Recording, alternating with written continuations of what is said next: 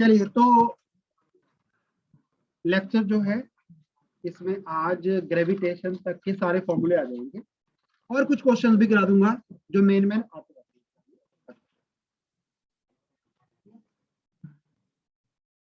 हैं। तो सबसे पहले बेटा डायमेंशंस,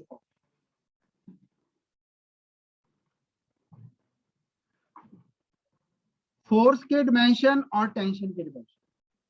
टेंशन मतलब जो वायर में होती है, एक ही डिमेंशन है और वो क्या है बेटा, बोलेंगे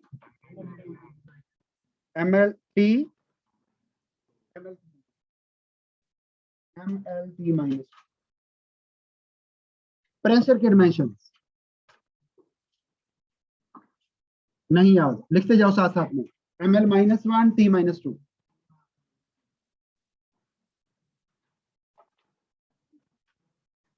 वर्क, एनर्जी, टॉर्क, कोई भी एनर्जी हो, सभी एनर्जी के सेम डिमेंशन है, ml2 t-2।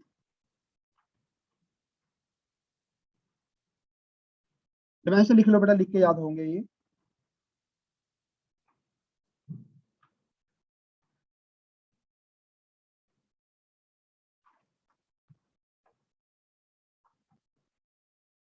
ये गलत लिखा गया एक्चुअली ना। ये प्रेशर में डालना था बेटा, एक काम करना जरा, प्रेशर में यंग्स मॉडुलस डाल दो, प्रेशर में ही स्ट्रेस भी डाल दो।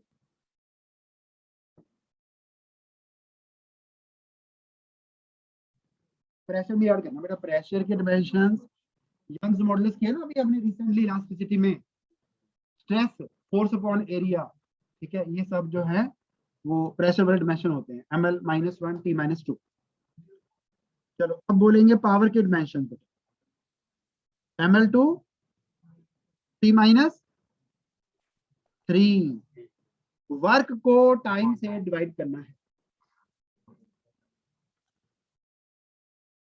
डेंसिटी के डिमेंशन, डेंसिटी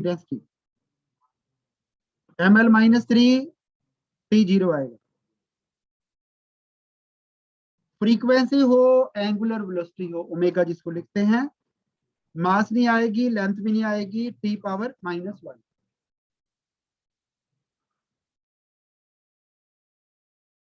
एंगुलर मोमेंटम के डिमेंशंस प्लैंक्स कांस्टेंट वाले, ml² t-1। बेटा जिनका पेपर कल है ना, इसका मतलब है आपको ये आज रात तक सारे पेपर मारने हैं, समझे? कल सुबह तक याद करना बस, दोपहर को 2 बजे भूल जाना, कोई चक्कर नहीं है। ml2 t उसमें ml-3 है, मास में वॉल्यूम ml-3। ग्रेविटेशनल कांस्टेंट बार बार यूज होता है, m-1 l3 t-2, m-1 l3 t-2। Movement of inertia कौन बताएगा? हाँ ml², t नहीं आता इसमें, ml2। सरफेस टेंशन अभी कल परसों किया है, सिंबल है टी, सिग्मा भी है, एस भी लिख सकते हैं। फोर्स अपॉन लेंथ, तो लेंथ हट जाएगी, सिर्फ mt-2।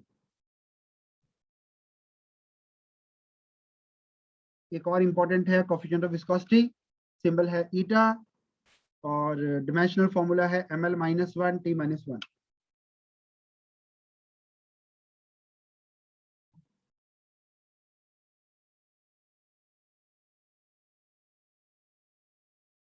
मूवमेंट ऑफ इनर्शिया दोबारा आ गया।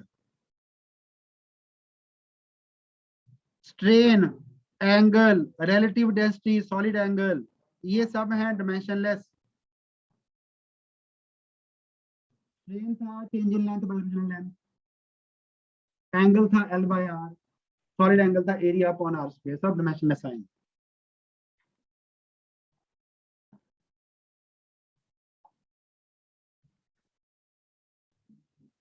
चलिए आगे बढ़ते हैं।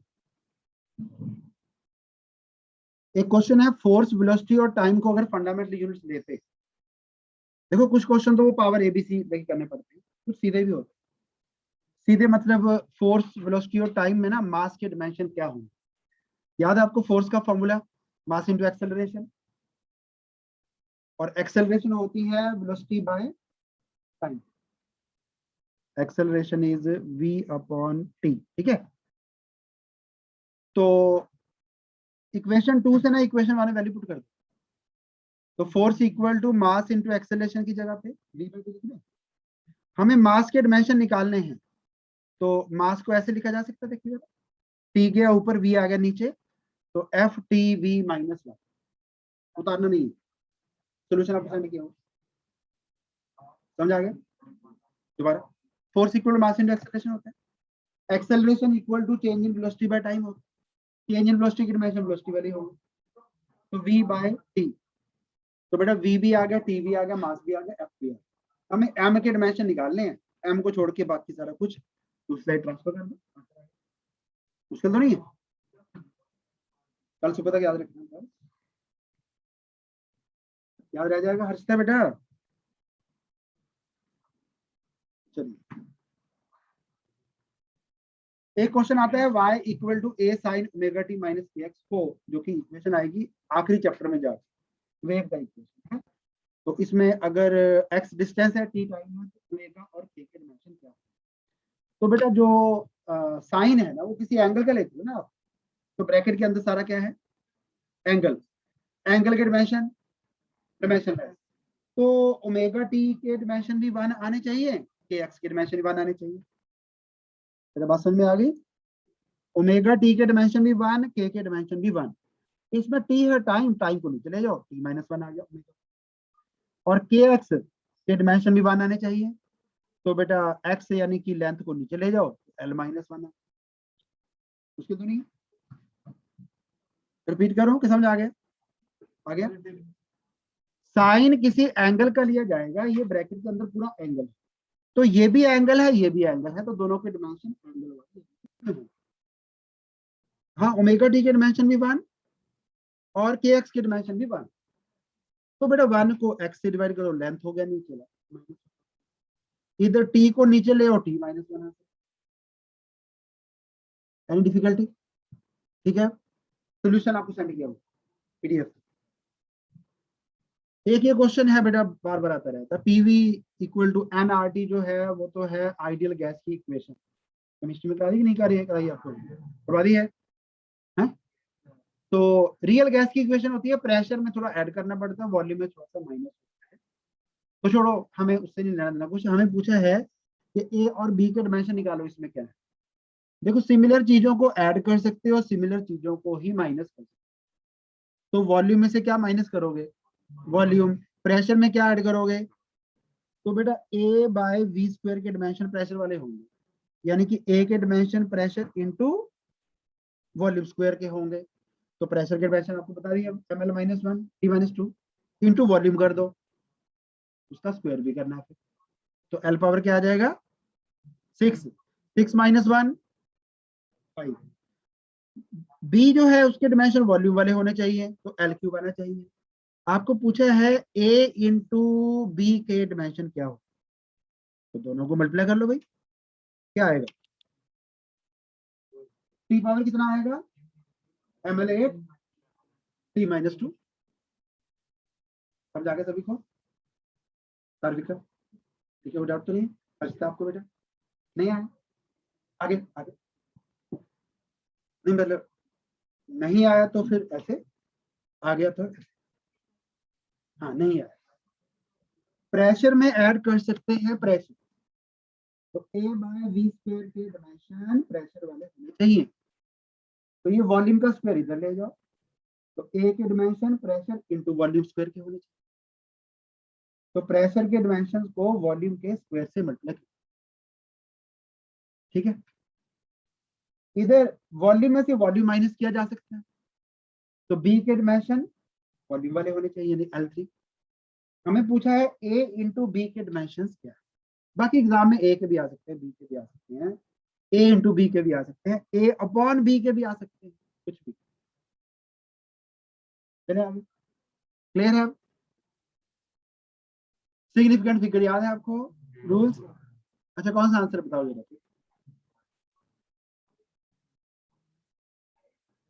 बीच के जीरो लेने होते हैं, शुरू के जीरो छोड़ने होते हैं, 10 पावर कुछ भी हो छोड़ना होता है, और एंड का जीरो तब लेना है अगर डेसिमल, नहीं डेसिमल कहीं भी लगा तो एंड के जीरो भी ले लेंगे। तो कौन सा आंसर? सेकंड आंसर 512, ठीक है, करेक्ट।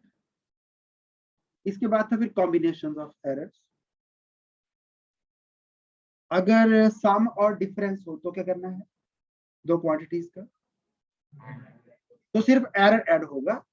तो जो ए और बी में एरर था डेल्टा ए डेल्टा बी, उसको ऐड कर लो, वो फाइनल क्वांटिटी का एरर आ जाएगा, सम हो या डिफरेंस। एग्जांपल के लिए आपके पास ये दो नंबर्स हैं, इनको अगर आपने ऐड करना है तो ये हो जाएगा 310 और ये बन जाएगा 20। लेकिन अगर माइनस करना है तो 230 में से 80 माइनस होगा, 10 में 10 माइनस नहीं करना, 10 में 10 ऐड कर देना। तो a प्लस बी करना है तो 310 plus minus 20, a minus b करना है तो 230 माइनस 80, बट ये प्लस करने पड़ेंगे। What the point? मैंने बार बार बोला था, errors are only only only only added, add ही होती है। चलो, अगर दो क्वांटिटीज का मल्टीप्लाई या फिर डिवीजन, जैसे एरिया निकालना लेंथ इंटू ब्रेड्थ, अगर आपने डेंसिटी निकालनी है मास बाय वॉल्यूम, मल्टीप्लिकेशन या डिवीजन, उस केस में भी ऐड ही करना है, लेकिन रिलेटिव एरर क्या है? रिलेटिव एरर मतलब delta A by A delta B by B plus करोगे तो जो फाइनल आंसर आना है एक्स, उसका रिलेटिव एरर निकल आएगा डेल्टा एक्स।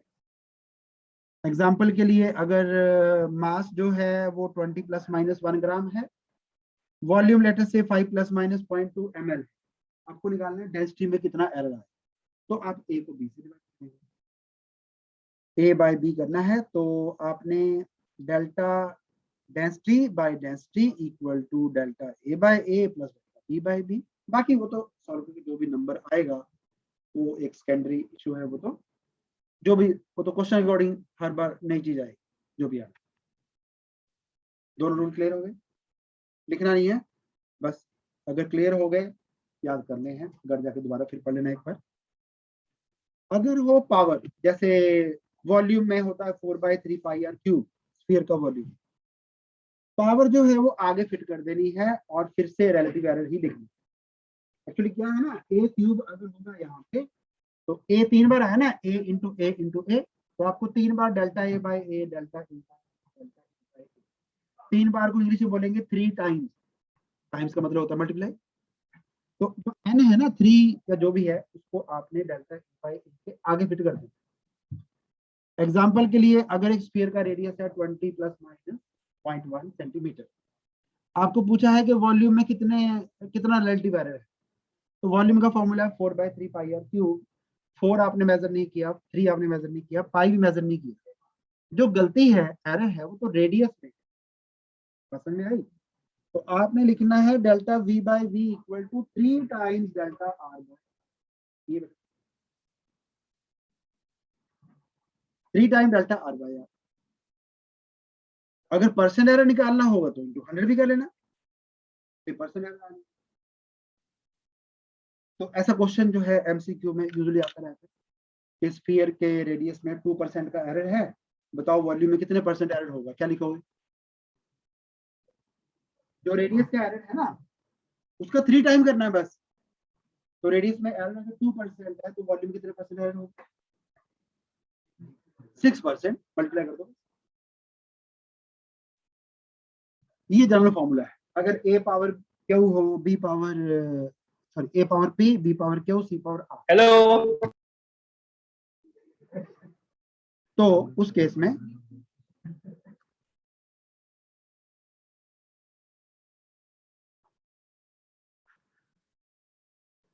में delta X by X equal to P time delta A by A plus Q time delta B by B plus R time delta C by C.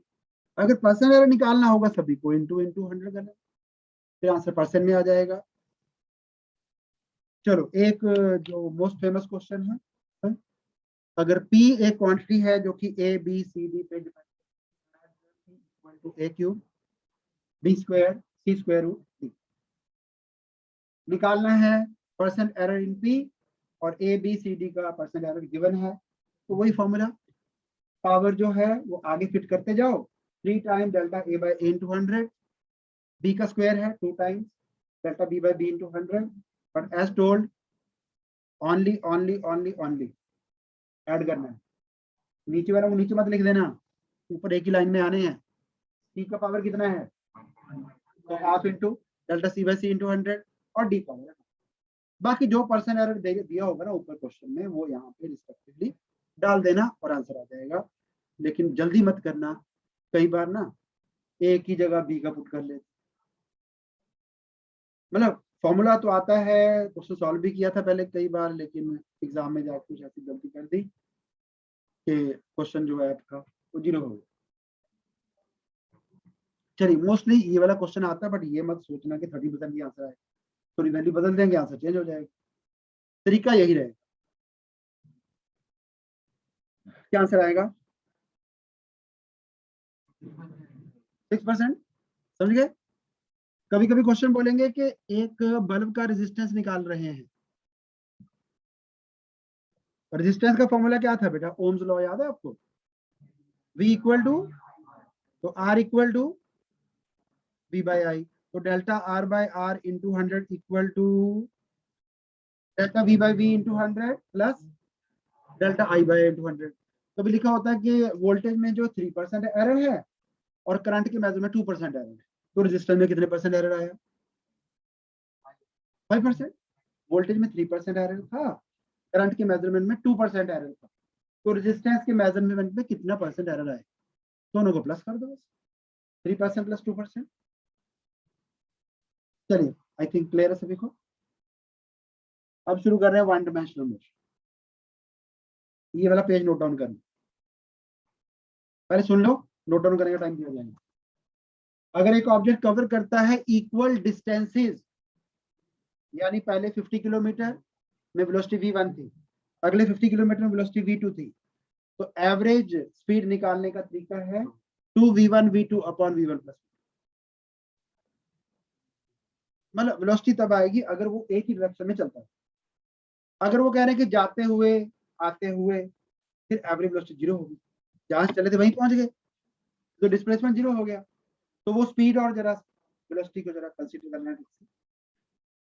अगर equal time intervals के लिए कि 1 घंटा चले velocity v1 के साथ, अगले 1 घंटा वेलोसिटी थी v2, ठीक है, बराबर के टाइम इंटरवल अगर है, फिर सिंपल फॉर्मूला है v1 plus v2 bye 2। Clear हो गया ये वाला। पोजीशन टाइम ग्राफ का slope, velocity, velocity time graph का slope, area under VT graph, बहुत अच्छा, and area under acceleration time graph, बहुत अच्छा, गुड, बहुत अच्छा, बहुत अच्छा। हाँ, नोट करना, नोट करना।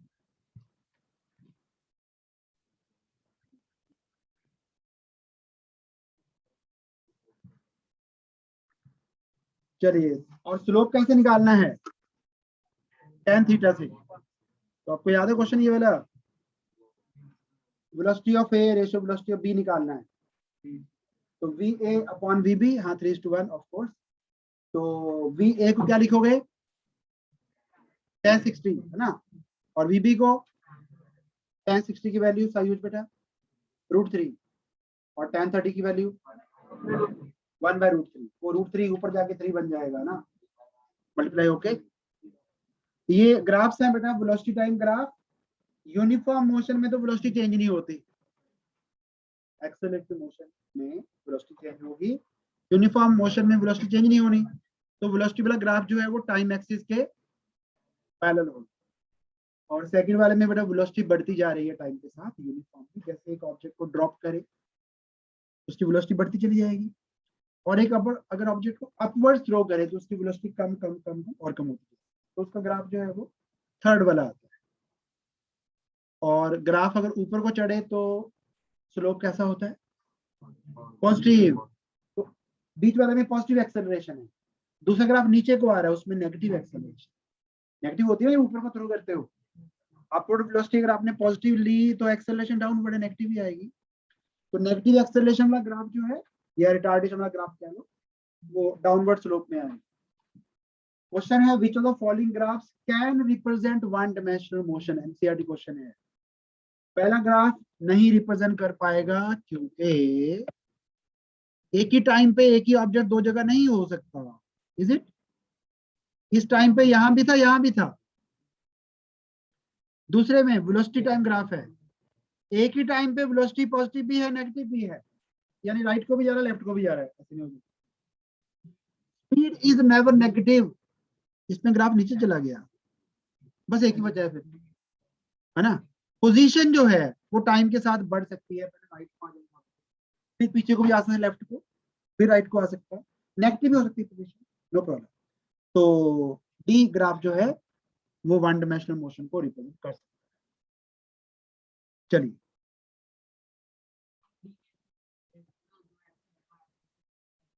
ओ नहीं भाई, T is time, x is position, position और टाइम का ग्राफ है, जा सकता है। बेटा ये रास्ता थोड़ी है, ग्राफ है ये, चलना तो उसने सड़क पे ही है।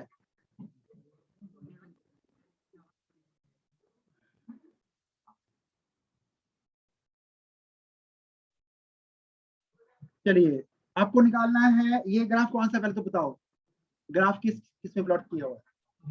पोजीशन टाइम आपको पूछा है कि शुरू के 4 सेकंड में क्या डिस्प्लेसमेंट होगा, शुरू के 4 सेकंड में क्या डिस्प्लेसमेंट होगा। 0 सेकंड में कहा था वो, 0 पे था, और फाइनल पोजीशन क्या है 4 सेकंड पे। बेटा 0 पे तो 10 पे था, शुरू में यहां नहीं था, और 4 सेकंड में कहा पहुंच गया 5 पे, ये नया पोजीशन है। नई पोजीशन में पुरानी पोजीशन माइनस करो, क्या आंसर, -5 मीटर। समझ आ गया, displacement is change in position. ठीक है, क्लियर है सभी को। चलिए आगे बढ़ते हैं। इसमें ना बेटा पोजीशन टाइम ग्राफ दिया हुआ है, आपको ढूंढना है वेलोसिटी टाइम ग्राफ कौन सा है। अच्छा क्वेश्चन है, देखो ओ से लेके पी तक ग्राफ का स्लोप कैसा था, पॉजिटिव था, तो उस टाइम वेलोसिटी जो थी दैट वाज पॉजिटिव, यहाँ पे वेलोसिटी पॉजिटिव थी, क्या स्लोप एक साथ चेंज हो रहा है, यहाँ पे सेम है, सेम है तो वेलोसिटी कांस्टेंट रहेगी और पॉजिटिव होगी। पी से क्यू तक स्लोप क्या है, 0, तो वेलोसिटी 0 थी, और क्यू से लेके एस तक स्लोप है नेगेटिव, तो वेलोसिटी नेगेटिव हो जानी चाहिए। कौन सा आंसर है, ये सी आंसर करेक्ट है। बेटा पी से क्यू तक velocity was positive, sorry O to P to Q थी वेलोसिटी 0, और क्यू से लेके एस तक वेलोसिटी है नेगेटिव, बस ये ग्राफ, समझ आ गया। चलिए, एक ऑब्जेक्ट की वेलोसिटी को अगर n टाइम्स कर देंगे, याद आ गया आपको, ठीक है, व्हीकल की स्पीड को अगर n टाइम कर देंगे तो रुकने का डिस्टेंस n² टाइम हो जाता है, याद रहेगा। सेम वे अगर एक ऑब्जेक्ट को अपवर्ड वेलोसिटी जो देनी है ना, उसको अगर n टाइम कर देंगे तो वो हाइट जो एक्वायर करेगा वो भी n² टाइम हो जाएगा, सेम फॉर्मूला है। अगर एक ऑब्जेक्ट को यहाँ से हमने फेंका 0 वेलोसिटी के साथ, टॉप पे जाके वेलोसिटी क्या हो जाएगी, 0। अगर पूछे कि कितनी हाइट एक्वायर करेगा, वैसे तो फॉर्मूला है h=v+half वो लगा सकते हो, बाकी शॉर्टकट भी है h=u²/2g, याद कर लेना इसको, ठीक है। ऊपर चढ़ने का टाइम नीचे आने का टाइम सेम है u/g, और टोटल टाइम आना प्लस जाना 2u/g। अगर एक ऑब्जेक्ट को हाइट h से ड्रॉप करोगे तो नीचे पहुंचने पे उसकी जो वेलोसिटी बन जाएगी वो होगी √2gh, और नीचे पहुंचने के लिए जो टाइम लगेगा वो होगा √2h/g। ये स्लाइड नोट डाउन करनी। चलिए, वेक्टर्स, मेन parallelogram law of vector addition, derivation तुम्हारी नहीं है। दो वेक्टर्स ए एंड डी, अगर उनमें एंगल है थीटा तो रिजल्टेंट का फॉर्मूला याद होगा सबको, अमरीश बोलो जी, रूट ऑफ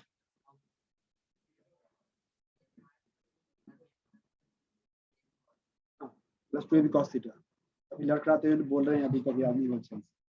डायरेक्शन निकालना हो तो वो tan phi वाला फॉर्मूला लगाना है, लेकिन डायरेक्शन की जरूरत बहुत कम पड़ती है। अगर दो वेक्टर एक ही डायरेक्शन में होंगे तो a plus B, right angle पे होंगे तो पाइथागोरस थ्योरम, ऑपोजिट डायरेक्शन में होंगे तो a माइनस बी। अच्छा, आपको फॉर्मूला याद है ये पहला? ओके सुनाओ। हाँ, ए बी नहीं, ए स्क्वायर ना। सार्विका बोलो फटाफट। Plus 2ab cos theta. Saurabh plus 2ab cos theta. चलो cos ऑफ 60 की वैल्यू क्या होती है, जोर से बोलो सारे। cos 60 1/2, cos 30 cos 120 -1, cos of 180 minus. ठीक है, गुड। और कभी कभी एक वेक्टर को तोड़ना पड़ता है, रिजॉल्व करना पड़ता है दो वेक्टर्स में, जिधर एंगल उधर और दूसरी साइड साइन थीटा। इसको बोलते हैं रेक्टेंगुलर कंपोनेंट्स, रेक्टेंगुलर रिजोल्यूशन। और एक cos थीटा साइन थीटा को बोलेंगे रेक्टेंगुलर कंपोनेंट। ये कॉमन क्वेश्चन है, इसका आंसर सबको याद होगा। अब पिछले भी याद है? अच्छा, ये मतलब आता है, फ्रीक्वेंटली आता है, अच्छा क्वेश्चन है। उसमें फिर वो -2ab cos थीटा हो जाएगा।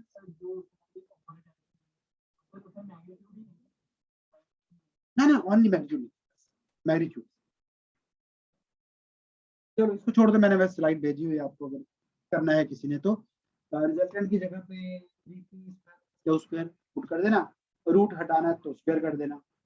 इधर a स्क्वायर मतलब p प्लस q का स्क्वायर, b स्क्वायर मतलब p माइनस q का स्क्वायर है। सॉल्व करेंगे, cos theta equal to half आ जाएगा, तो थीटा का वैल्यू 60 आ जाएगा। चलो आगे। दो वेक्टर्स का सम और उनका डिफरेंस का मैग्नीट्यूड सेम है, तो दोनों वेक्टर में angle 90 degree. The vector sum of two forces is perpendicular to their difference, यानी कि वो दो डायगोनल ना पैरेललोग्राम के, वो आपसे राइट एंगल पे हैं। तो राइट एंगल पे कब होते हैं वो? अगर सारे दोनों वेक्टर ना सेम साइज के, सेम मैग्नीट्यूड के, दोनों। याद रखना, पॉइंट किया हुआ है क्वेश्चन वैसे पहले भी। इसका आंसर 90 डिग्री है, क्योंकि दो वेक्टर्स का सम और दो वेक्टर का डिफरेंस। सम होता है बीच वाला डायगोनल जो उसी पॉइंट में से पास करता है, डिफरेंस है दूसरा डायगोनल। तो दो डायगोनल एक पैरेललोग्राम के इक्वल होंगे तो पैरेललोग्राम शुड बी रेक्टेंगल, तभी इक्वल आएंगे। रेक्टेंगल मतलब कितना एंगल हो गया दोनों वेक्टर्स में? 90। स्क्वायर भी हो सकता है। चलिए, स्केलर प्रोडक्ट या dot product which was equal to A B cos theta, वो निकालने के लिए ए डॉट बी करना, जब आपने क्या करना था, आई वाला आई से, जे वाला जे से, के वाला के से मल्टीप्लाई करके विद साइन करना। ठीक है, कभी कभी क्वेश्चन आता है कि क्या वैल्यू होनी चाहिए n की ताकि ये दो वेक्टर राइट एंगल पे हो जाएं, डॉट कर लो इनको, डॉट प्रोडक्ट करके उसको 0 पुट कर देना। क्या हुआ क्वेश्चन पहले? डॉट प्रोडक्ट लेके उसको 0 पुट कर देना, जो भी आंसर आएगा। क्रॉस करने के लिए एक बनाना पड़ता था बेटा, डिटरमिनेंट। दो लाइनें खींच के आई जे के, फिर ए के कंपोनेंट्स, फिर बी वाले कंपोनेंट्स, फिर अगर तो लॉन्ग कट मारना है फिर थोड़ा वो इसको आई वाला रो कॉलम छोड़ के इनको लिख लो, जे वाला रो कॉलम छोड़ के इनको लिख लो, फिर के वाला छोड़ के रो और कॉलम 1 2 2 -3, फिर क्रॉस मल्टीप्लाई। ठीक है, राइट को करोगे सेम साइन, लेफ्ट को करोगे साइन चेंज, सिर्फ जे के आगे -1। ठीक है, कर लोगे आगे अपने आप। शॉर्टकट मतलब ये वाला चीज अवॉइड कर सकते हो, बस ऐसी देख लो, बस ये वाली लाइन छोड़ दो, कॉलम छोड़ दो, इनको सीधा करके देख लो, 2 × 1 3 -3 -9 साइन चेंज कर, ये वाला स्टेप अवॉइड कर सकते हो, बाकी आपकी मर्जी, जैसे इजी लगता है उस तरह कर लेना। ए क्रॉस बी अगर √3 times A dot B, very important question, तो दोनों वेक्टर्स में कितना एंगल है? तो डॉट प्रोडक्ट होता है A B cos theta cross A B sine theta. याद आ गया? A B cancel, sine by cos करोगे, tan थीटा, tan थीटा अगर √3 आ जाए तो 60 डिग्री। स्लाइड आपको भेजी हुई, फिर भी दोबारा देखना है, ठीक है। ऑब्लिक प्रोजेक्टर, कुछ डाउट है बेटा? हाँ, क्रॉस में A B sine theta, cross A B sine theta dot A B cos theta. चलिए ऑब्लिक प्रोजेक्टर है, पहले तो डायग्राम थोड़ा ध्यान से स्टडी करना है। जो ओरिजिनल वेलोसिटी है स्टार्टिंग में u, उसके दो component u cos theta u sin theta. जो हॉरिजॉन्टल डायरेक्शन है उधर कोई एक्सेलरेशन नहीं होता, तो ये velocity u cos theta u cos theta u cos theta हमेशा सेम रहेगी। जबकि vertical velocity u sin theta मान लो शुरू में 20 थी, फिर 15 हो जाएगी, 10 हो जाएगी और ऊपर जाके सबसे 0 हो जाएगी, है ना। तो यहाँ पे ये नहीं कि वेलोसिटी नहीं है, वर्टिकल वेलोसिटी नहीं है, हॉरिजॉन्टल है। तो यहाँ कभी कभी पूछते हैं कि टॉप पे जाके वेलोसिटी में और एक्सेलरेशन में कितना है, 90 डिग्री। एक्सेलरेशन तो ग्रेविटी के नीचे है, वही आती है इसमें। और वेलोसिटी एट प्रेजेंट हॉरिजॉन्टल है, तो हॉरिजॉन्टल और वर्टिकल में कितना एंगल है, 90। चलिए टाइम ऑफ फ्लाइट का फॉर्मूला था 2u sin theta by g. Height का formula u square sin square theta by 2g। Range का formula u square sin 2 theta by g. ये तीनों ज्यादा यूज होंगे, बाकी इक्वेशन ऑफ ट्रैजेक्टरी यूज होने के चांस थोड़े कम होते हैं, लेकिन याद कर y equal to x tan theta minus gx square upon 2u square cos square theta. Range maximum होता है 45 डिग्री पे, और वो कितना होता है formula u square by g, तो sine of double of 45 sine 90 1 आ जाएगा, तो u स्क्वायर बाय g बचेगा। और अगर पूछे कि मैक्सिमम हाइट कितनी पॉसिबल है, तो उसके लिए थीटा मस्ट बी 90 डिग्री, सीधा ऊपर को थ्रो करना है। तो ये फॉर्मूला अभी किया हमने, u स्क्वायर बाय 2g लिखा था अभी अभी, तो ऊपर को थ्रो करें सीधा तो। और ये मैक्सिमम रेंज का हाफ है, इज इट बाय 2। अच्छा, इसके अलावा हॉरिजॉन्टल वेलोसिटी हर जगह सेम रहेगी। टॉप मोस्ट पॉइंट पे angle between v and acceleration is 90 degree. Kinetic energy जो है स्टार्ट पे अगर k थी, तो टॉप पे जाके काइनेटिक एनर्जी बन जाएगी k cos स्क्वायर थीटा। छोटे जो पॉइंट्स हैं इन पे क्वेश्चन बन जाएंगे। और हॉरिजॉन्टल रेंज सेम होती है कौन से दो एंगल्स के लिए, थीटा एंड 90 माइनस। चलो डायग्राम छोड़ दो और बाकी के सारे नोट डाउन करेंगे। क्वेश्चन है, एक ऑब्जेक्ट को गिवन स्पीड पे दो पॉसिबल एंगल्स पे थ्रो कर सकते हैं जिसमें सेम हॉरिजॉन्टल रेंज मिलती है। उन दोनों जो टाइम्स है ना, उनका अगर प्रोडक्ट कर दें टाइम्स का, तो उस केस में प्रोडक्ट किसके बराबर आएगा। देखो एक टाइम हो गया बेटा 2u sin थीटा बाय जी, ठीक लिखा मैंने टाइम ऑफ फ्लाइट। दूसरा एंगल कितना होता है 90 माइनस थीटा। अब बताओ साइन ऑफ 90 माइनस थीटा क्या होता है, sine of 90 minus theta is cos theta. Cos लिख सकते हैं उसको, तो क्या मैं इसको ऐसे लिख सकता हूँ 2 into g into u square 2 sine cos by g, ऐसे लिख सकता हूँ। देखो बेटा जी दो बार था, मैंने एक बार लिख दिया, अंदर लिख दिया। 2 दो बार आया, मैंने एक 2 अंदर लिख दिया, एक बाहर लिख दिया। अब ये ब्रैकेट के अंदर वाला पार्ट क्या है, ब्रैकेट के अंदर वाला पार्ट क्या है, u square sine 2 theta by g, उसको रेंज कहते हैं, हाइट थोड़ी है। हाँ जी,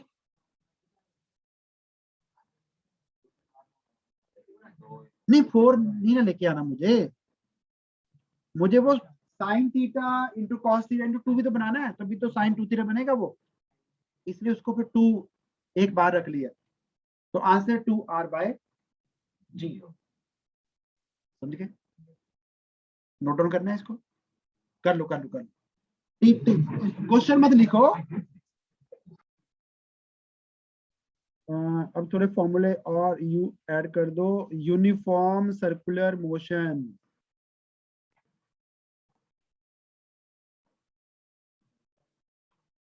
यूनिफॉर्म सर्कुलर मोशन, ओमेगा के 6 फॉर्मूले बोलो फटाफट। Next v by r, 2 pi by frequency 2 pi RPM by 60। चलो मेहर बेटा आरपीएस क्या होता है? रोटेशंस पर सेकंड, और RPM rotation per minute. v जो है वो डायरेक्टेड होता है along the tangent to the circle, और सर्कुलर मोशन में एक्सेलरेशन भी रहती है, नोन एज सेंट्रीपिटल एक्सेलरेशन। दो फॉर्मूला थे, v स्क्वायर बाय रेडियस, दूसरा था r ओमेगा स्क्वायर, और सेंट्रीपिटल एक्सेलरेशन का डायरेक्शन टुवर्ड्स द सेंटर। चलिए, अच्छा वो first law, second law, third law तो नहीं कराना? First law, second law, third law तो नहीं कराना? ऑब्जेक्ट या तो चलता रहेगा स्ट्रेट लाइन के लॉन्ग, या रेस्ट पे रहेगा अगर एक्सटर्नल फोर्स नहीं है, उसी को इनर्शिया कहते हैं। सेकंड लॉ के दो फॉर्मूले थे, एक तो था F is equal to dp by dt, rate of change of momentum, ठीक है, और दूसरा था force equal to mass into acceleration. बस इसमें ध्यान रखना है जो F है वो net force, F is net force. चलो एक क्वेश्चन था, एक 3.5 kg का ऑब्जेक्ट है, उसने भेजा था ये वाला क्वेश्चन, उसमें दो फोर्स लगे 30 न्यूटन और 50 न्यूटन के, और दोनों फोर्सेस में 60 डिग्री एंगल है, वेक्टर भी आ गए, सेकंड लॉ मोशन भी आ गया, काइनेमेटिक्स भी आ गया। बताओ कि वो ऑब्जेक्ट 10 सेकंड में कितना डिस्प्लेस होगा। तो बेटा दोनों फोर्सेस का पहले रिजल्टेंट निकालेंगे, a square b square plus 2ab cos theta करके, ठीक है, वो 70 न्यूटन आ गया। फिर मास के साथ डिवाइड करेंगे, फोर्स बाय मास, तो एक्सेलरेशन। इनिशियल वेलोसिटी नहीं दी आपको, तो 10 सेकंड में कितना दूर चला जाएगा, s equal u plus r, u वाला 0 पार्ट, ठीक है, सारा कुछ याद है। चलिए थर्ड लॉ ऑफ मोशन क्या था? एक्शन रिएक्शन, बट ध्यान रहे एक्शन रिएक्शन दो डिफरेंट बॉडीज पे एक्ट करते हैं, इसलिए वो कैंसल नहीं हो सकते। Action reaction act on two different bodies, cancel out नहीं होंगे। चलिए रिकॉइल ऑफ गन याद आ गया आपको? बुलेट जब फायर होगी गन पीछे को जाती है, before firing after firing momentum would remain same. Initial momentum gun का बुलेट का था 0, और फाइनल जो मोमेंटम है वो होगा m1 v1 या m of bullet mass of bullet into velocity of bullet mass of gun velocity of gun.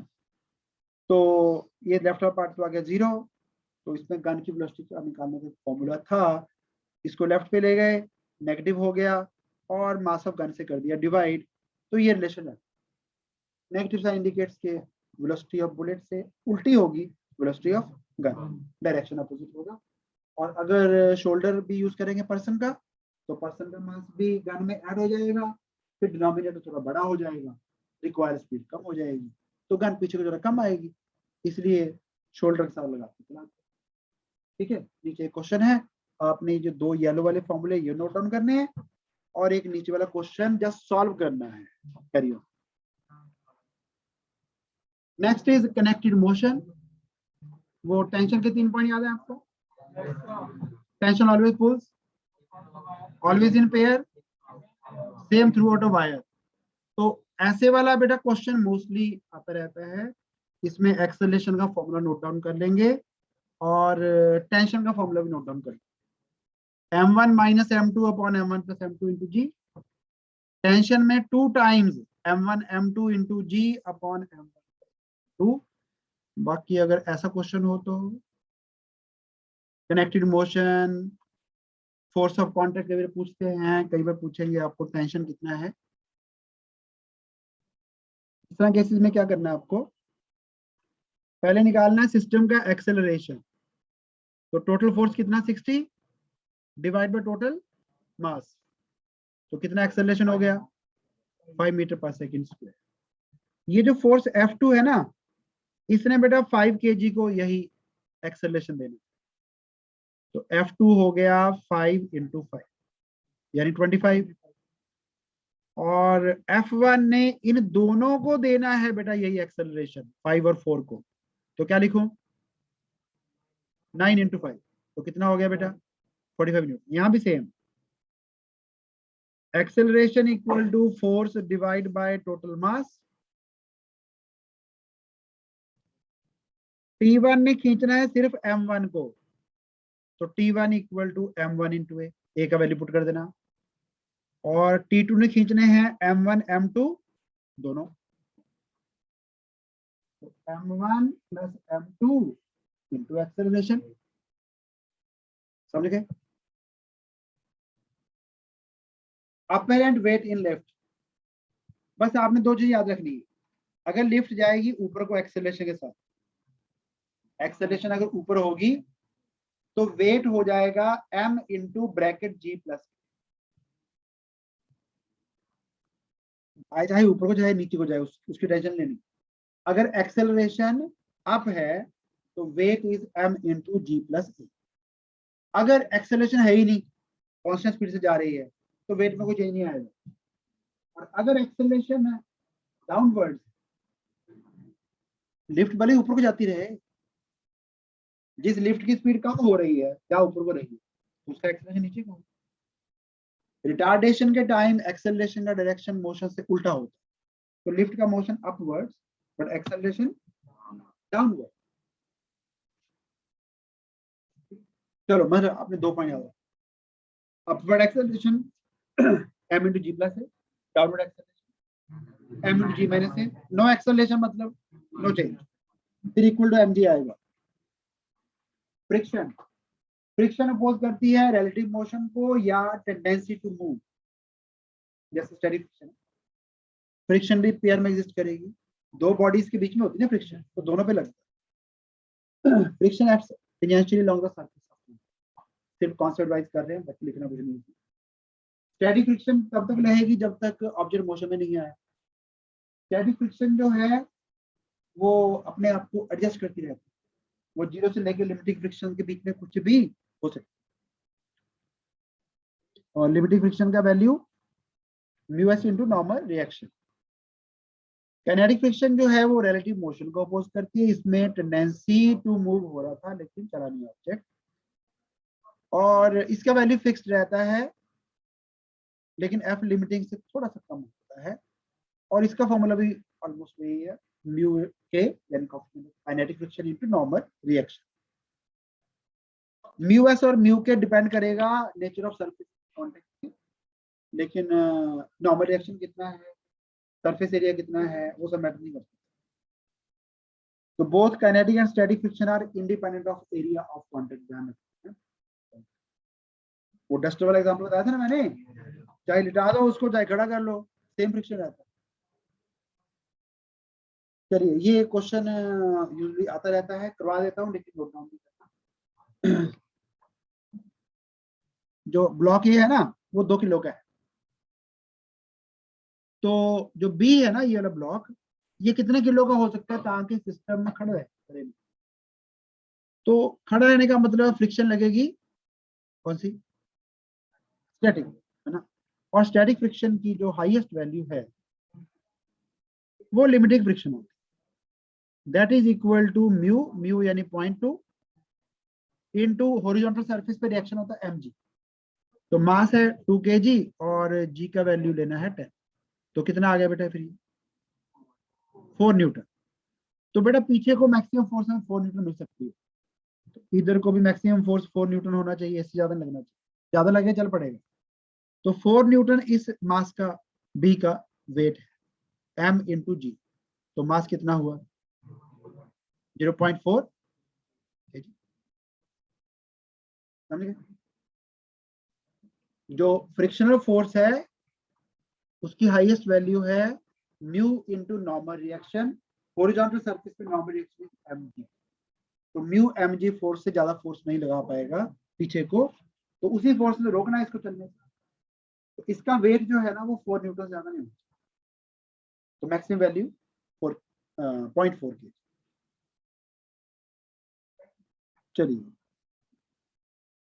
Solution already है आपके पास, जो मैंने स्लाइड आपको भेजी है। बेंडिंग ऑफ साइक्लिस्ट के लिए फॉर्मूला था tan theta equal to v square by rg।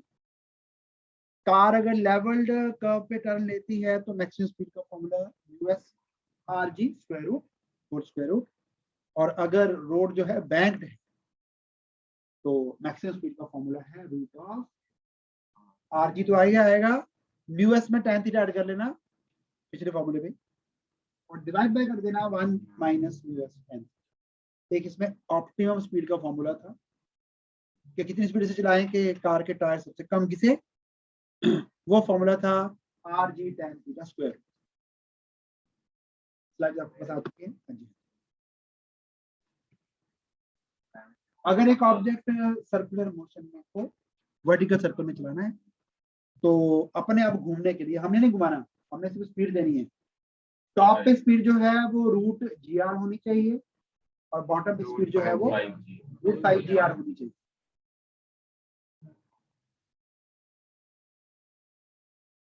चलिए स्केलर प्रोडक्ट लेंगे अगर फोर्स और डिस्प्लेसमेंट का, तो वर्क का फॉर्मूला डेवलप हो जाएगा, work equal to force dot with displacement. Dot product आपको लेना आता है ना।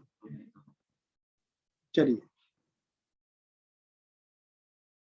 वर्क बोलेंगे एक फोर्स ने किया, अगर फोर्स जो है वो फोर्स की ही डायरेक्शन में डिस्प्लेसमेंट प्रोड्यूस कर सकते। कांस्टेंट फोर्स का वर्क डन, फोर्स को डिस्प्लेसमेंट से डॉट कर लो, डॉट प्रोडक्ट में कॉस थीटा आता है। अगर angle between force and displacement हुआ एक्यूट तो वर्क आएगा पॉजिटिव, जैसे ये डाउन द हिल जा रहा ट्रक अगर, तो वेट हुआ वर्टिकली डाउन, डिस्प्लेसमेंट हुआ वी along the incline, angle theta acute, work done is positive. Theta अगर 90 होगा तो वर्क डन होगा 0, वो कुली वाला केस था, ठीक है। और सेंट्रीपिटल फोर्सेस का भी वर्क डन 0, क्योंकि उनमें भी फोर्स और डिस्प्लेसमेंट में एंगल 90 डिग्री।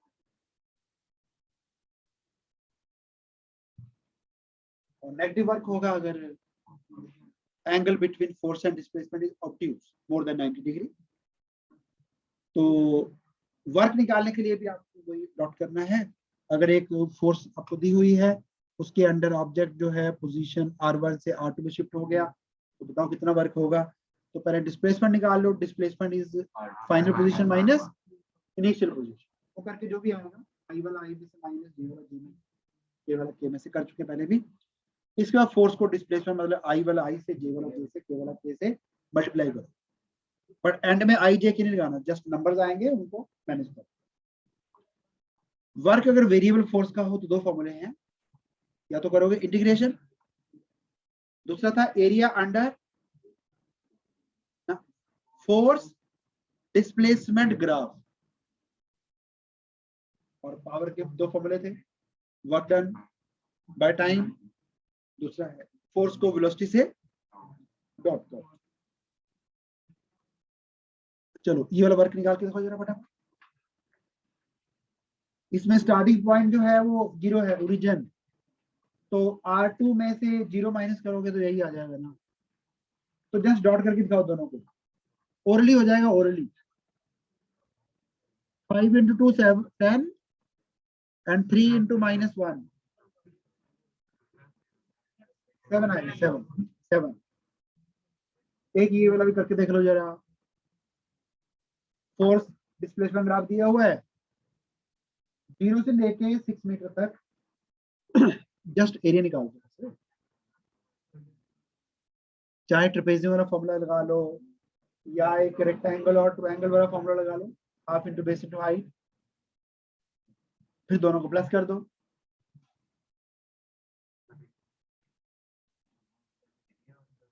हाँ, work done is equal to area under force displacement graph,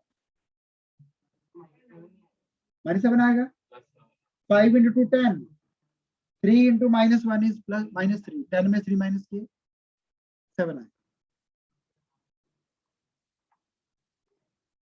work done change in energy के बराबर होता है, उसको वर्क एनर्जी इक्वलेंस थ्योरम कहते हैं। चलिए एक ना कंजर्वेटिव और non conservative forces. Conservative forces वो जिनका वर्क डन पाथ पे डिपेंड नहीं करता, जिस मर्जी रास्ते जाओ सेम वर्क होगा। एक और भी याद कर लेना कंजर्वेटिव फोर्स का ना, work done along closed path,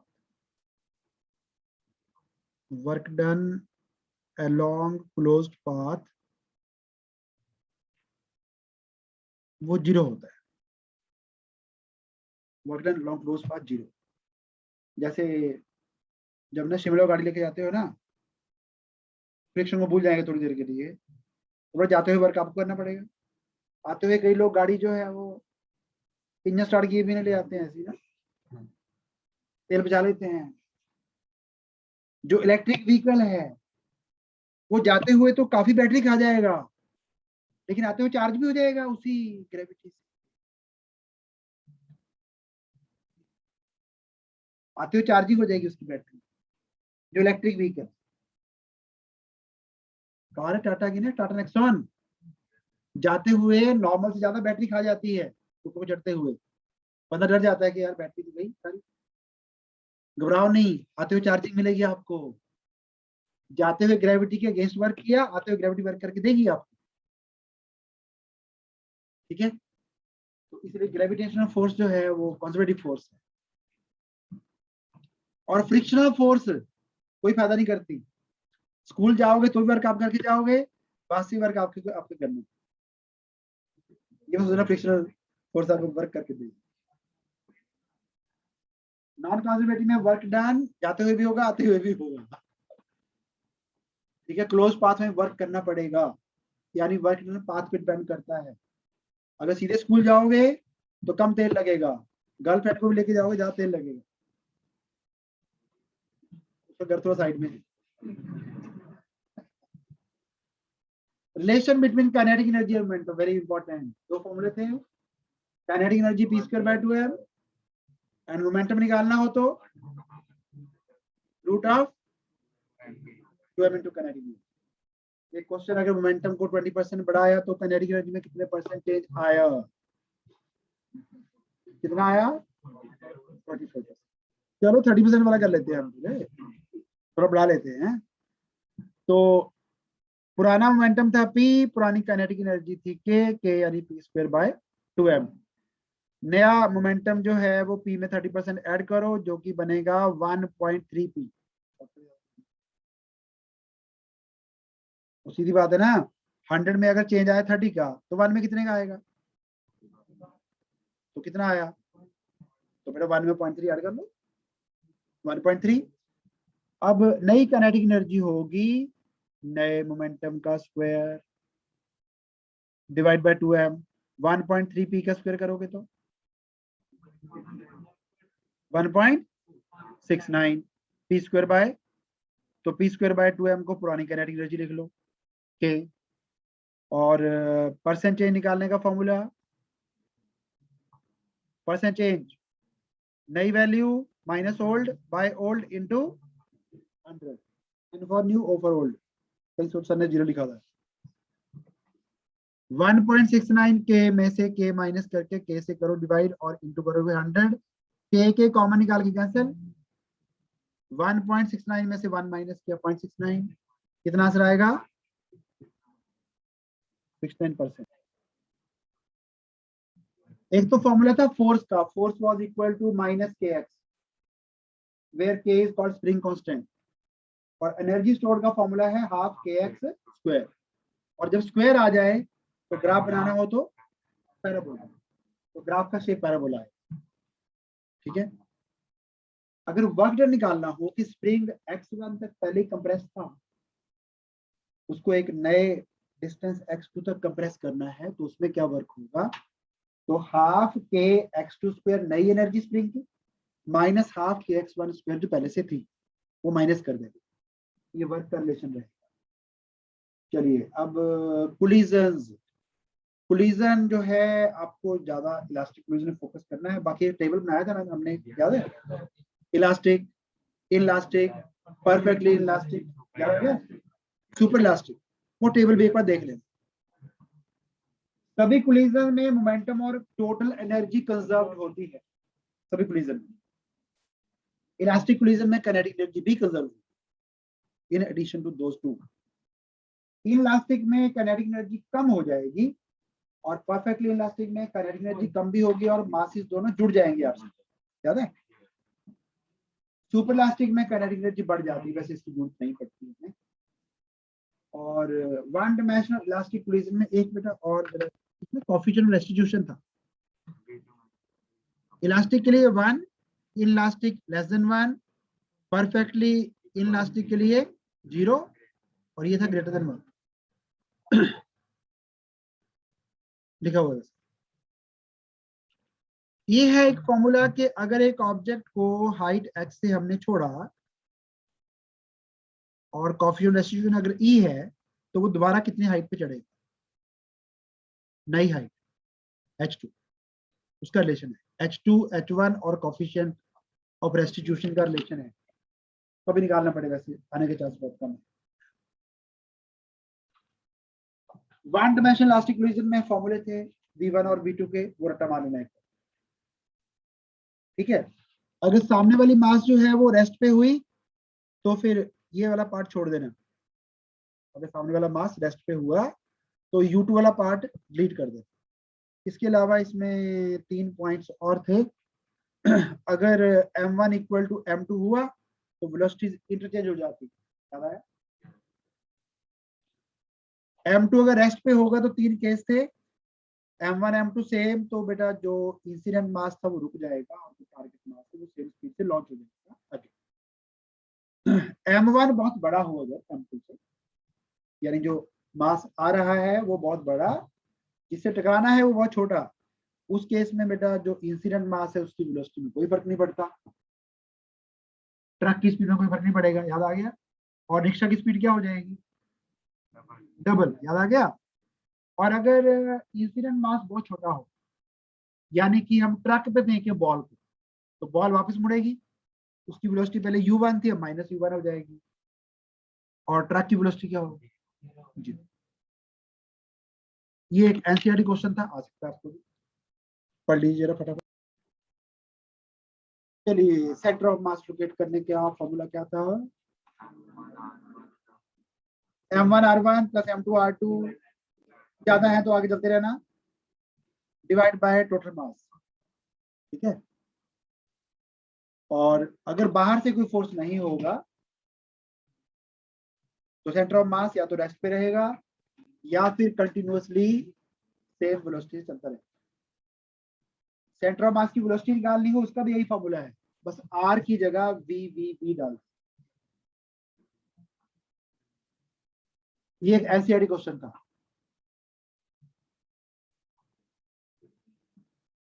एक ट्रॉली में बच्चा बैठा है, बच्चे ने उठ के इधर उधर घूमना शुरू कर दिया, तो ट्रॉली की स्पीड थी ना v, तो बताओ सेंटर ऑफ मास की स्पीड बाद में क्या होगी, नोटिस। कौन का सेंटर ऑफ मास कहां था, नीचे से ऊपर से, ऊपर से 3h/4, नीचे से h/4, नीचे से h/4, ऊपर से, इसका मास सेक्टर नीचे की तरफ बारी है ना, तो नीचे की तरफ होगा centre of mass. Solid cone, hollow cone का भी सेम जगह पे है, सेम जगह पे है। ये क्वेश्चन याद है आपको, m1 r1 plus m2 r2 divide by 3 plus 1 कर देना, बाकी तो हर क्वेश्चन कैलकुलेशन लगे। सेंटर ऑफ मास का पोजीशन वेक्टर ढूंढना है, ठीक है। बस यहाँ पे ध्यान रखना, आई वाला पार्ट आई में, जे वाला जे में, के वाला के में ऐड करना है। उल्टा करोगे, साइंस में गलती कर दोगे तो गलती होगी। चलिए, सोल्यूशन आपको सेंड किया हुआ है ना, स्लाइड में है आपके पास, मैंने सेंड किया। चलिए, टॉर्क, कई सारे फॉर्मूले थे, टॉर्क या ट्विस्टिंग फैक्टर ऑफ फोर्स या मोमेंट ऑफ फोर्स। एक फॉर्मूला था आर एफ साइन थीटा, एक था फोर्स इन लीवर आर्म, एक था moment of inertia into alpha, और वेक्टर फॉर्म में ऐसे भी लिख सकते हो आर क्रॉस एफ, एक था डीएल बाय थीटा। तो जरा यही वाला फॉर्मूला यूज करके ये क्वेश्चन करके दिखाओ। Question number 5। चलिए कर दिया मैंने, तुमको डाउट हो गया तो बहुत अच्छा है। एंगुलर मोमेंटम, पहला formula L equal to R cross P। Angular momentum का दूसरा नाम मोमेंट ऑफ मोमेंटम। इसके अलावा L equal to RP sine theta, P into lever arm, इसमें I अल्फा था, इसमें I ओमेगा आएगा। और एक और फॉर्मूला था L equal to 2m into area covered per second. Aerial velocity याद आ गया, वो प्लैनेट पर मोशन वाला। काइनेटिक एनर्जी लिखनी है तो half I omega square rotational motion में। पावर लिखना है तो टॉर्क को ओमेगा से डॉट करना। लीनियर मोशन में force dot with velocity, rotation में torque dot with angular velocity. फॉर्मूले याद रहेंगे, डॉट करना डॉट। चलिए theorems of movement of inertia अभी करा करना कुछ पहले। परपेंडिकुलर एक्सिस थ्योरम में एक एक्सिस जो कि गिवन बॉडी को परपेंडिकुलर होनी चाहिए, उसका मोमेंट ऑफ इनर्शिया निकालने के लिए आपको दो एक्सिस और ड्रॉ करनी है।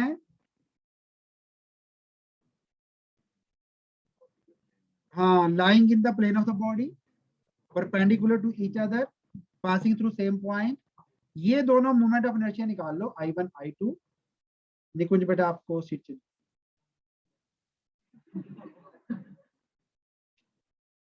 I1 I2 ऐड कर लो तो आपके पास बेटा नई एक्सिस जो परपेंडिकुलर थी ना, उसके अबाउट मोमेंट ऑफ इनर्शिया निकल आएगा।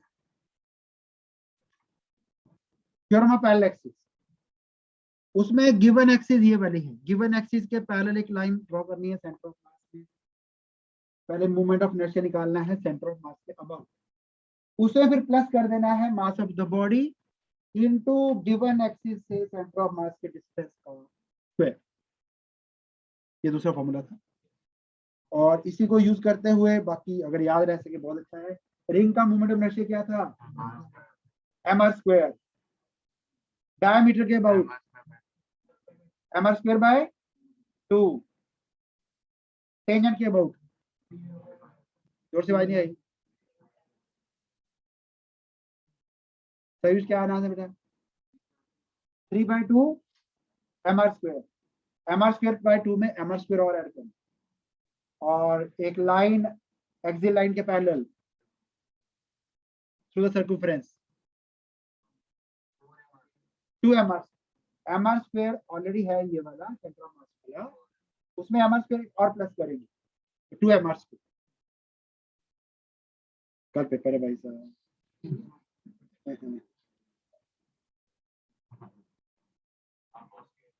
डिस्क वाला ये वाला हाफ mr स्क्वायर, डायमीटर इसी के हाफ होता है 1/4 mr स्क्वायर। टेंजेंट के लिए इसमें mr स्क्वायर प्लस करो, समझ गए। वैसे इसकी जरूरत बहुत कम पड़ती है, 3/2 mr स्क्वायर। चलिए रॉड का moment of inertia perpendicular bisector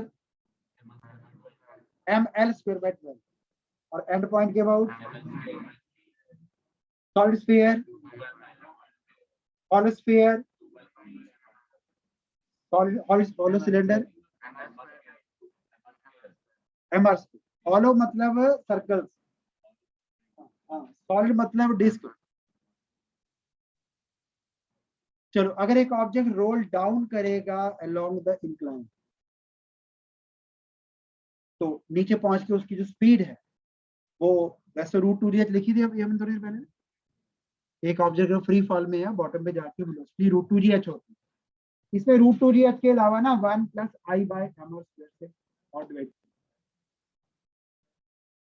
और एक्सेलरेशन वैसे इंक्लाइन के लॉन्ग होती है g sin थीटा, तो g sin थीटा को आपने इसी से ही 1 + I/mr स्क्वायर से और डिवाइड करना है। एक काम करो आप,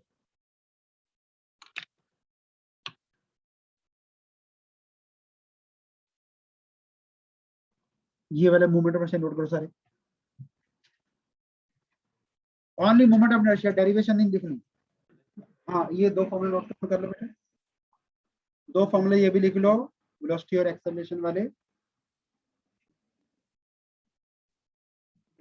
अब एक क्वेश्चन था, एक स्फीयर, डिस्क और रिंग को इकट्ठे छोड़ेंगे तो कौन पहले पहुंचेगा, पता लग गया, आपको याद है? हाँ, तो एक्सेलरेशन का फॉर्मूला यूज करना है। आई का वैल्यू पुट करते जाएंगे सभी का, जी साइन थीटा तो हो जाएगा कैंसिल। स्फीयर का moment of inertia 2/5 mr², disc का हाफ mr², रिंग का mr² भी कैंसिल, जी साइन थीटा भी कैंसिल। तो 1 + 2/5 कितना, 7/5, उल्टा करेंगे तो 5/7। 1 + हाफ, उल्टा करेंगे तो 1 + 1 2, 1 + 1 2, 2 का रेसिप्रोकल। बस इनको डेसिमल में निकाल देना बेटा, सबसे ज्यादा एक्सेलरेशन स्फीयर की है। पर क्वेश्चन को ध्यान से पढ़ लेना, अगर रोल करके आए तो स्फीयर सबसे पहले पहुंचे, अगर बिना रोल किए ही आ गए स्लाइड करके फिर सारे बराबर पहुंचेंगे। ये जो I/mr² कंट्रीब्यूशन है ये सिर्फ रोलिंग के लिए है। अगर सरफेस बेटा ग्रीस लगाई हुई अच्छी तरह से, फ्रिक्शन है ही नहीं, स्फीयर घूमा ही नहीं, ऐसे ही नीचे आ गया तो सारे इकट्ठे पहुंच जाए। चलिए, going in time, gravitation and gravity. Gravitation था force between any two bodies of the universe, कोई भी हो, और gravity earth and nearby bodies. G into m1 m2 by r², it is formula G into mass of earth, mass of the body divide by अर्थ का radius square. अगर object अर्थ की surface पे है, इसको अगर हम m इंटू जी लिख सके, जो वेट है वो ग्रेविटी का फोर्स ही होता है, तो g का वैल्यू क्या आ गया, Gm/r²। और इस चैप्टर में सभी जगह हम Gm को Gr² से रिप्लेस कर दें, ठीक है, ये तो याद है। अगर हम अर्थ के सरफेस से डिस्टेंस h के ऊपर चले जाएं तो g का फॉर्मूला क्या है सयूज बेटा, इंटू जी, बहुत अच्छा, very good, g into r/r+h का होल, ठीक है। चलो अंकित बेटा, कम हाइट के लिए फॉर्मूला क्या है, g इंटू 1 - 2h/, और डेप्थ का फॉर्मूला सेम फॉर्मूला, ये मतलब यहाँ पे d डालना है 2h की जगह पे। तो अगर अर्थ के अंदर को चले गए डिस्टेंस d से, तो ये जो बाहर वाला हिस्सा नजर आ रहा है ये काम नहीं करता है, सिर्फ अंदर का जो स्फीयर है जो अब ड्रॉ किया है वो प्रोवाइड करता है एक्सेलरेशन टू ग्रेविटी। और फॉर्मूला रहता है g इंटू 1 - d/r, और इसको आप r - d को डिस्टेंस फ्रॉम सेंटर भी लिख सकते हो। और एक ये ग्राफ था, g का value versus distance r, surface पे g का वैल्यू मैक्सिमम 9.8, सरफेस तक आते आते जो वेरिएशन है वो लीनियर, और सरफेस के बाद बाहर की तरफ इनवर्स प्रोपोर्शन, ये वाला फॉर्मूला। इसको मैं लिखूं तो equal to Gr² by small r², ऐसे लिखें। ये जो r+h है ना, ये भी डिस्टेंस फ्रॉम सेंटर ही है। चलो, तो अंदर की तरफ g का variation directly proportional to r, बाहर की तरफ g is inversely proportional to r²। चलो फॉर्मूला यार नोट डाउन करने हैं तीनों, डायग्राम छोड़ देना। At a height equal to half the radius of earth, हाँ इसी फॉर्मूले में ना इंटू इंटू m कर देना।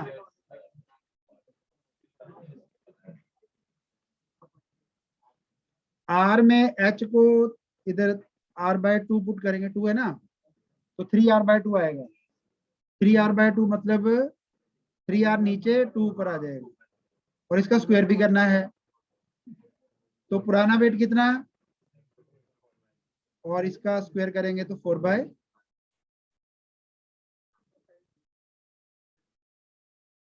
ठीक है, चलो आगे।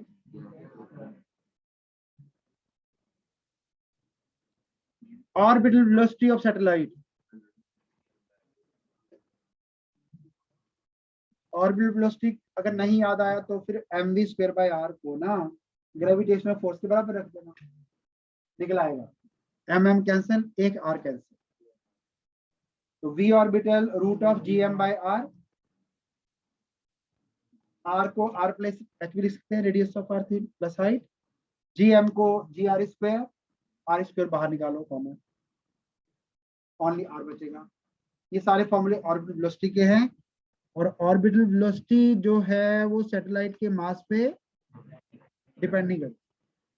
दूसरा formula time period, time period एक काम करना, आप टाइम पीरियड को जस्ट लर्न कर लो, टाइम पीरियड का स्क्वायर r³ के प्रोपोर्शनल होता है, इतना याद कर, लिख लो जरा इसको फटाफट। डायग्राम छोड़ दो, डायग्राम छोड़ दो, बाकी लिख लो। जियो स्टेशनरी सैटेलाइट की तीन कंडीशन, टाइम पे 24 आवर, ऑर्बिट इक्वेटर के ऊपर से निकलनी चाहिए, और revolve around the earth in the same sense as rotation of earth.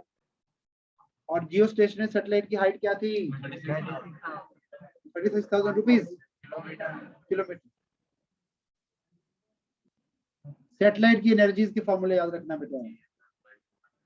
Kinetic energy Gmm/2r, m for mass of earth, small m satellite का मास। पोटेंशियल एनर्जी में 2 हटा देना, माइनस लगा देना, और टोटल एनर्जी में काइनेटिक एनर्जी को ही माइनस कर दो, बस साइन चेंज कर दो, ठीक है। लिख लो, सिर्फ फॉर्मूले लिख लो बस।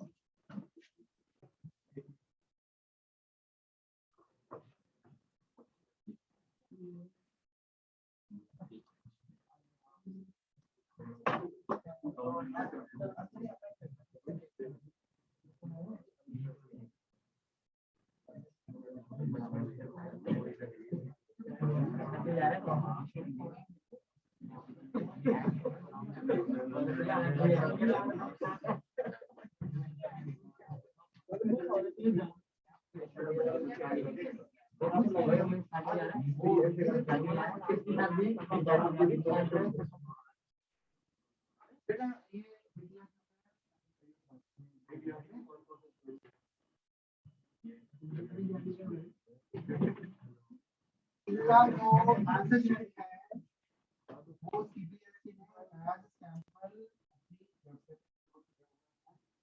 आंसर ऐसे लिखने चाहिए। फिर को बुला लो, फिर बुला लो, आ जाओ थोड़ा सा सर बुला लो आज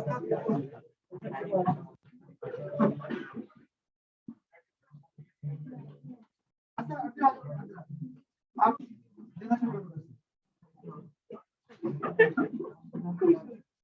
आप पीस लेना, आप एक बंदे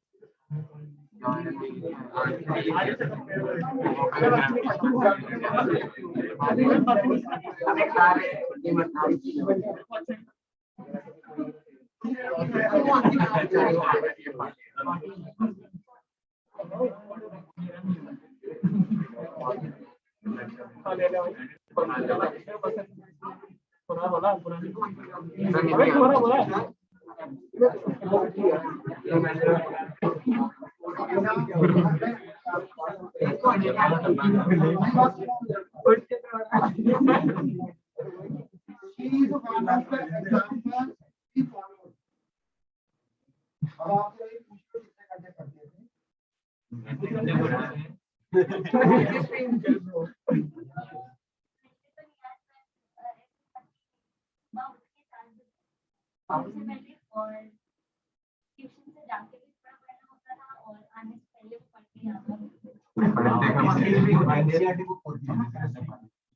जगह नहीं देती, हर जगह से लिखा होता मुझे याद है ना। तो बिल्कुल नहीं एक्चुअली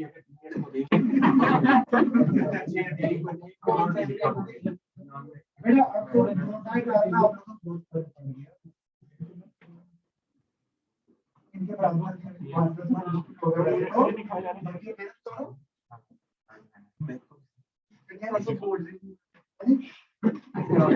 ये डॉक्टर बन के ही है। 4 साल पहले कर चुके हैं, 4 साल पहले पास हो चुकी है।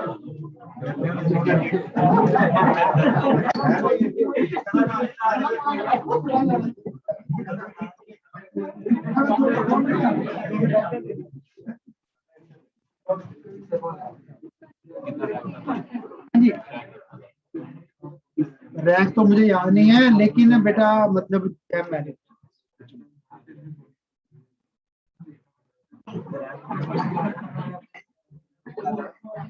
इनके बाद एक ही बच्चा और आया जो इनके लेवल का था, वो दिशा की आपको मैंने फोटो दिखाई थी। अभी इसका एडमिशन चल रहा है, हो सकता है बठिंडा एम्स में हो जाए या फिर चंडीगढ़ सेक्टर में।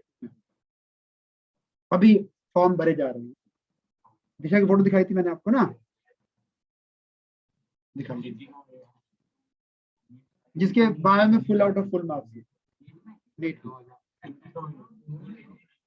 ये सेक्टर 2 में थे, अभी चंडीगढ़ में पास आउट हो गई, अपना खत्म हो गया, खत्म हो गया। चलिए लेट्स फिनिश।